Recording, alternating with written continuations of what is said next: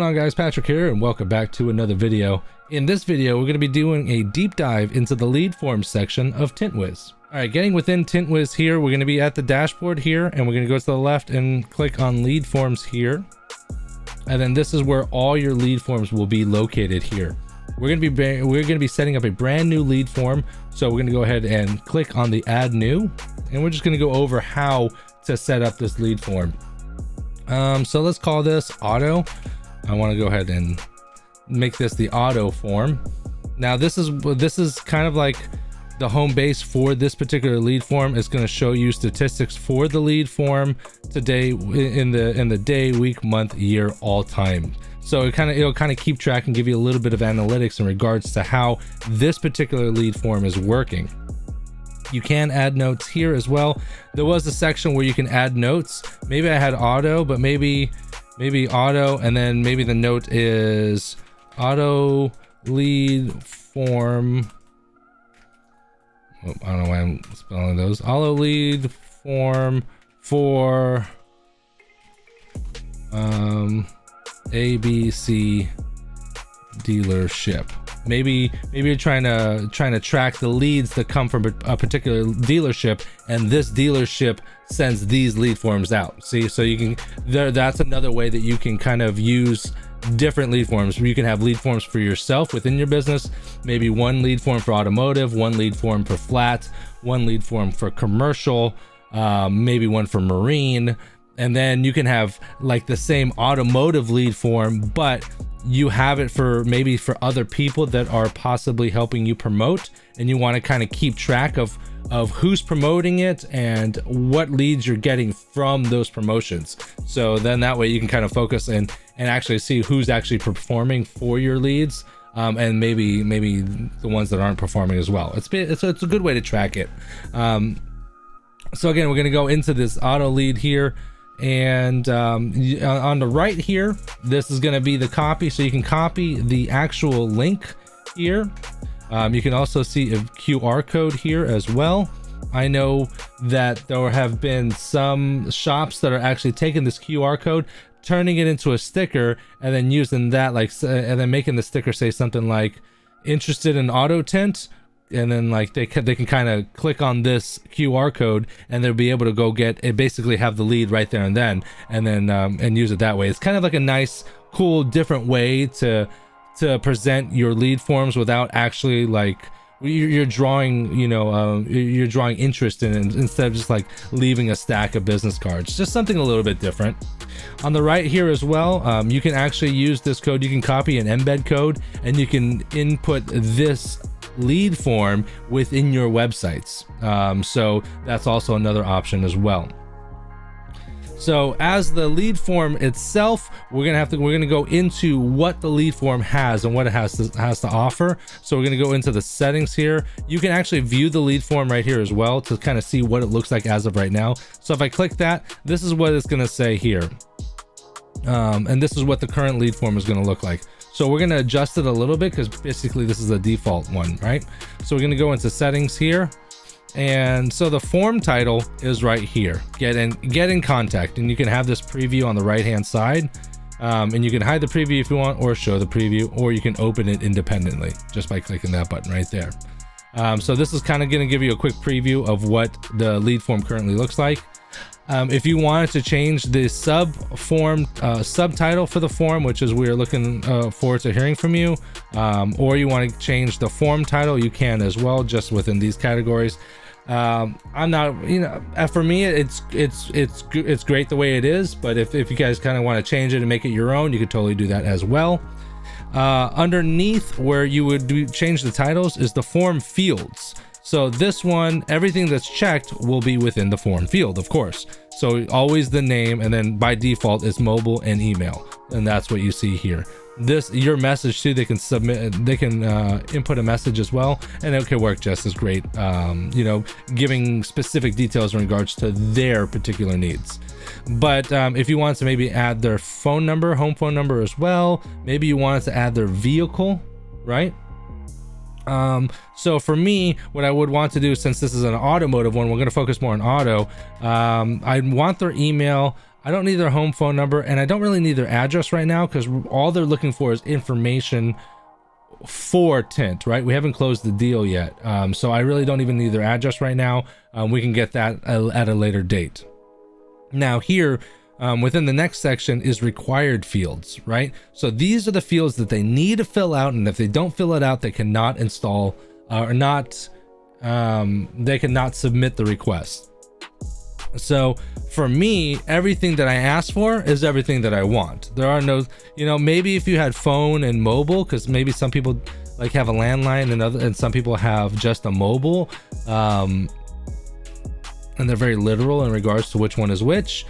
Maybe that could be optional, but like for me, I would want their phone number, I would want their email so I can reach back out to them, and I need to know what vehicle they have. So those are required fields, and if they don't fill out that proper information, then they cannot submit the lead or submit the request.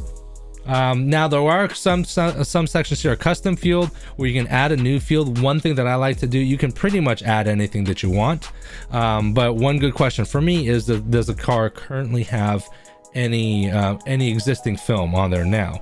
So what I would do is I would click it here, and this is going to add the additional custom field. On the left here, you can choose which one you would want. A text box, actually the field label, let's start with the label here. Is there tint currently on your vehicle that needs, see, and that's all you got right there. Does tint need to be removed? Does tint need to be removed from vehicle? There you go. So I mean, it can't be too long, but something like that. Okay, so it says it right here. Now if you choose the text box, then they can just physically write something here. You can say, you can put a text area, and it turns it into like your message. It's the same section. A drop down, you can give options, and here, so if you're gonna have an options, just read it here. Enter comma separated options. See, so yes, no, right? So I'm gonna do it like that, and now this turns this into a drop down. They can drop down and choose whether they want yes or no. Radio would give little dots here. They can choose either or, which is probably one of the easier ones. You can do checkbox. Now, as you're doing a checkbox, they can click multiple options. So beware. This might be better used for a question that you might have that is applicable to multiple answers. So off the top of my head, I don't have a good example, but just keep in mind that's what the checkbox is. Title is just the title. It looks like it's just the title, and then the subtitle looks like it's just again, it's another subtitle right underneath here. So for me, in regards to the question I'm going to ask, I like radio just because it gives the least amount of work for the client. Does tint need to be removed from vehicle? Yes, no. They don't have to type anything. They don't have to click on a box and then choose a couple options. They just click yes or no. And then you can add other fields, additional fields if you like as well. The button text, you can change the text here. Send now, sending away. So you can make it fun and make it your own, or you can just keep submit information. Down further, the form style here, you can change the font to different types of fonts, and you can kind of see the examples that you would get right in this area from the preview area.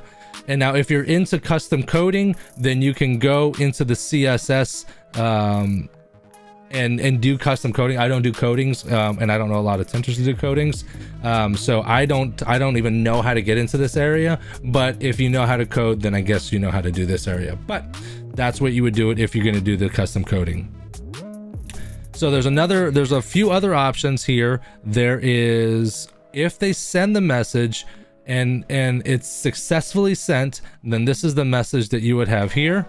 And I changed it before, so it could say something like, thank you for your message, it has been sent, please allow 1 business day for response. So then that way people know not only has it been sent, but like, let's just say they send it on like, I don't know, a Saturday evening, and I don't want them thinking that like I'm ignoring them because I won't check this or I won't do any business until Monday morning. They're gonna understand one business day, things of that nature. So if it doesn't send or fails to send, then they're gonna get this message. Now there is another option, an advanced option here, where you can actually, they won't get, once they hit submit information, they're just going to assume it's been sent, right? And you can actually have them sent to a specific URL, like your website. So for example, my website is www.sunsolutionswindowtint.com, right? We cannot just do this. You have to put the HTTP. So it's going to be, you have to put the HTTPS colon whatever. Let's see, HTTPS. Is that it? I have to keep clicking up here. HTTPS, not period, colon, backslash. This is a colon. So you have to put that in. You cannot just put the www. Okay, you have to put the HTTPS colon backslash within the website, and then you can save. Submit information. So once they click submit information, it will actually send them directly to your website. So that is a fun other way as well. Like if they want to send the lead form, but then you want them to kind of get additional information, maybe your website has more information or has other offerings. Like if they're looking for auto, maybe your website also offers flat glass, offers marine, offers, you know, maybe PPF or other options, offers other services. You can just send them directly. They can fill out their information, hit submit form, and they can be sent directly to your website as well. They won't. The only drawback is that they won't get any of these messages. So they're just going to assume that you received it and you will get back to them as soon as possible. So, and that would basically be it. And this is I would use this as my in-house standard automotive form. And if we go back to overview here, and actually let's just go back to lead forms here. So this is the default one here, and here's auto right here. So this would be my default one for my in-house shop, but maybe I do another auto that like has auto from the dealership or something like that, or auto from somewhere else, or auto from this particular sales guy who's just doing the sales for auto. There's a number of different ways to categorize and organize it. You can click just click this button, and from the lead forms basically homepage here, you can look at all the options. When you click on the particular lead form, there's details, open, duplicate, settings, list contacts, and delete as well. Details, you just open it up and brings you over to the analytics portion. Open is obviously opening it so you can see what the lead form looks like. Duplicate, you can basically copy and paste. It's the same thing, but maybe you wanted to have the different lead form for like a particular, so everyone has the same lead forms, but you can track them in different ways because they're different. They're coded differently, each one. And then settings is how you go into the details of each lead form. And then if you go back here to list contacts, it'll list all the contacts that have been there. So you see how I submitted Joe. Remember Joe? I just submitted that. And so you can come here and you can see here, you can click list contacts and it'll list all the contacts that have been generated from that particular lead form. So that's what they're going to be. That's what that is right there. And that's kind of pretty much it. You can play around with it as much as you want, as best as you can. There was one thing I did want to show you here. If we go into settings, and we open here and we open it here, I just want to say, so this is going to be the end result here, right? Besides the required fields that I unchecked here. Now it says awesome tints here.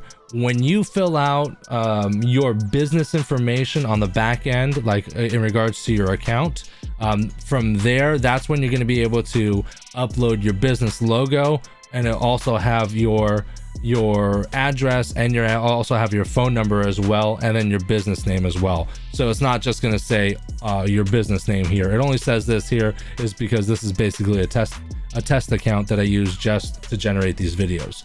But up here in the actual lead form as well that they're going to see, they're going to have all the business information and the logos that you upload and such like that from the accounts section from your business page. So I just want to let you know that there.